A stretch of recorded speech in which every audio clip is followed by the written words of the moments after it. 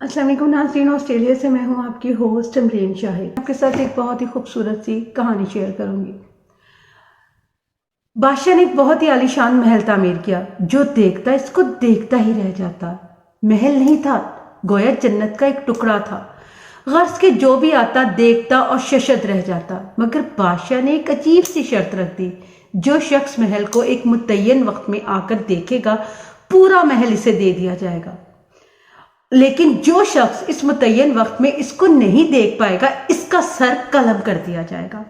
بہت سارے سرفرے نوجوان منع کرنے کے باوجود اپنی جان گوا بیٹھے۔ جو بھی جاتا پورا کیا آدھا محل بھی نہیں دیکھ پاتا، وقت پورا ہو جاتا اور اجل کا پیغام جلاد لے کر آ جاتا۔ اس بات کا چرچا دور دور تک پہنچ گیا۔ ایک نوجوان دیہاتی کے کانوں تک بھی یہ خبر اڑتی اڑتی پہنچ گئی۔ نوجوان نے جب پوری بات سنی اور اس کی پہلے تصدیق کی اور وہ بادشاہ کے محل پہنچ گیا۔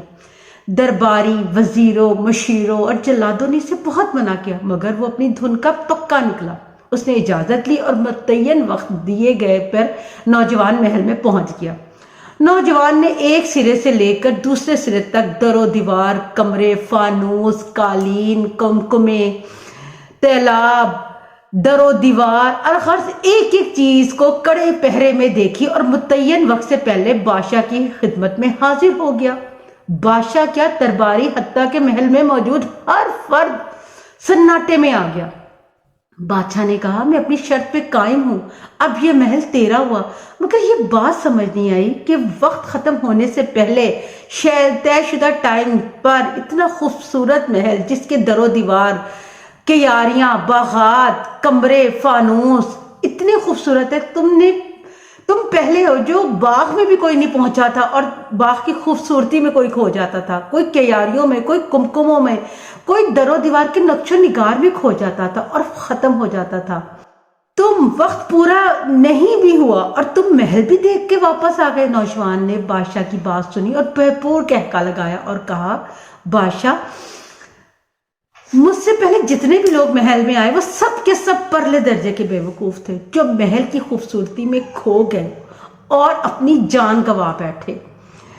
بادشاہ سلامت، میں محل کے صدر دروازے کے اندر داخل ہوتے ہی میں نے اپنی آنکھوں کو نیم دراز کر لیا تھا اور پورا محل میں نے ان آنکھوں کے ساتھ ہی دیکھ لیا۔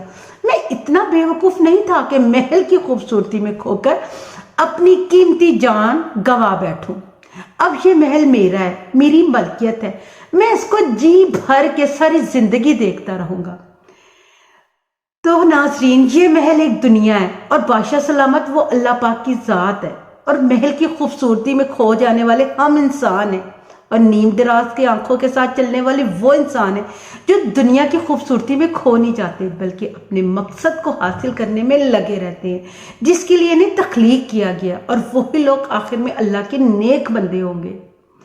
ہمیں بھی یہی چاہیے کہ ہم دنیا کی جو باتیں ہیں اور ان کی نمود و نمائش اور ان کی خوبصورتی میں نہ کھوئیں، بلکہ ہم اس وقت کو یاد کریں اور اپنی آخرت کو یاد کریں کہ جو ہمیں آخرت میں ہمارے لیے بہتر سے بہترین ہوگا، ہم اس کی خوبصورتی میں کھو جائیں، نہ کہ ہم اس دنیا کی فانی ہے جو ہم اس کی دنیا میں کھوئے۔